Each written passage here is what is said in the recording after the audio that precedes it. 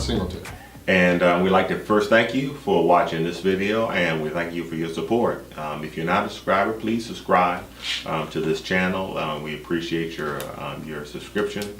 It all is very helpful in our mission, and that is to educate the mass, the media, and to educate you, the viewer, and also the fact that we need to change our justice system. And a part of that, we have a comprehensive plan. I like that word, comprehensive plan on how to change our justice system, and that's what we're about, changing our justice system. The title of this video is called Liberty and Justice for All, except on Liberty Hill.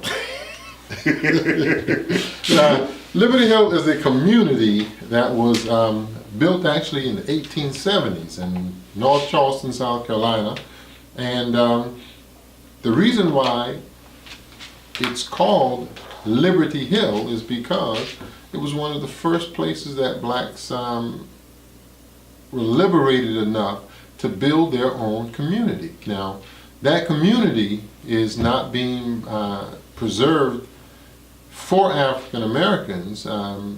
Slowly, the mayor, Keith Summey, is encroaching on the residents in the Liberty Hill community section and they've taken the school, as well as now they're actually taking the neighborhood where Liberty Hill is and converting it through gentrification and exclusionary zoning.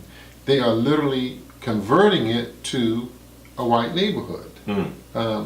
One of the things that they did was they applied for federal weed and seed funds, and the government needs to take a look in to auditing North Charleston's weed and seed program, because the funds came into Union Heights, which was the second neighborhood in this area that was developed by African Americans for African Americans, and then they are diverting the funds over to the section of Liberty Hill that is predominantly white. Now, John, mind me interrupting for a minute here, but during the 20 years that Mayor Summey has been mayor, and he's going off his, I believe I read his sixth term. He's running his sixth term. Yeah. All right. What had changes for the people and community in Liberty Hill have been made to their, in the city, rather in the southern community? Well, one of the things that's happened is they've torn down the old John C. Calhoun homes and used the weed and seed funds in order to do that, to then convert it to Oak Terrace and Century Oaks, and they pay Citrus $15,000 per month to manage that. That is a city property done with TIF funds, tax increment finance funds.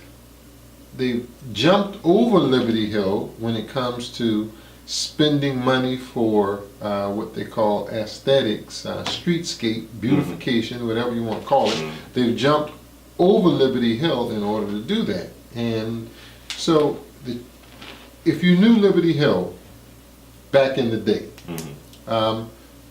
in terms of the economics, what's available, how it has progressed based on being a part of the city of North Charleston, it hasn't. It is roughly the same as it was then. Right. In terms of the economics, the people, the way they're treated by the city, as well as the funds that they get throughout the year from the city. Just recently, they had a program in which Brother Hilton took students who were not passing the PAC test, spent time with them. Now 100% of them passed the PAC test, and they had a fundraiser.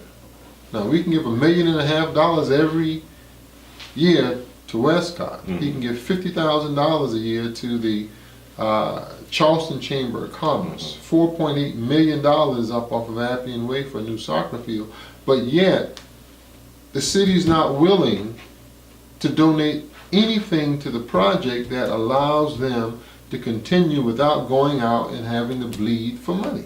And that's outrageous. Right. You know, some of the things that we have here.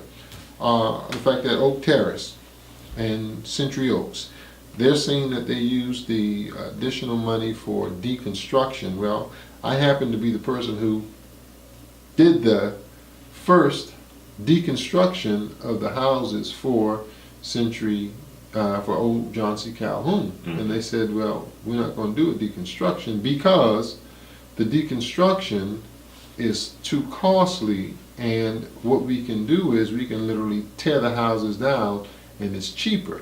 But yet, when you take a look at the document that they submit and have online for the 15-year plan, it clearly says that they used deconstruction. And I happen to know that that is not the truth. There was no deconstruction of those homes. When we take a look at the zoning model that they have for Old North Charleston, what they've done is they have rebuilt Park Circle. They rebuilt all around Liberty Hill, but they have left Liberty Hill out of the ability to grow based on the tax increment financing, left them out in terms of the ability to grow based on weed and seed. They've left them out from jobs, contracts, and community resources. But what they say is that the government says that for the voting rights, that we have to equally distribute it so that blacks are able to then be elected. And they use that as the measure and the basis for their changing the district that really amounts to what is known as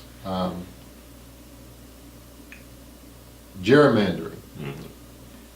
If they can use that as the basis, the federal government as the basis to change for the voting, then why can't they say that the government also requires us to give contracts, jobs, and resources, community resources that come in through federal programs equally based on the distribution based on race. So that soccer field, how much does that cost?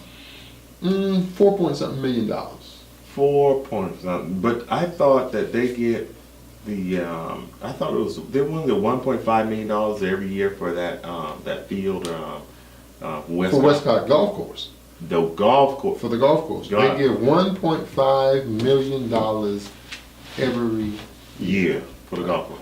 And so now this soccer field, and where's the soccer field located? Up off of Appian Way. Right. Near Westcott. Right. Okay. And how much of that how much you said? 4 million? 4.5. $4.5 million is going to go into Liberty Hill. Absolutely not. No. Liberty Hill is far away from Appian Way. How many of the residents at Liberty Hill will be accessing the soccer field? None. Absolutely none. Your tax dollars at work. Your tax dollars at work. Yep. It's a sad thing. But you know what? We cannot, blacks at least, cannot cry but so far if you continue to re-elect a mayor such as Keith Summey. You can't. Are you going to give the mayor that has failed to economically help your community to grow, are you going to give him another term, another 4 years to do the very same thing? Or are you going to say enough is enough? We need to put the jam jar on the bottom shelf. That's right. So the little man can get something. So the little man gets something. Sure enough. You know, so anyway, I think that this is a sad thing to hear you have, that liberty and justice is not for all, especially for Liberty Hill. Exactly right.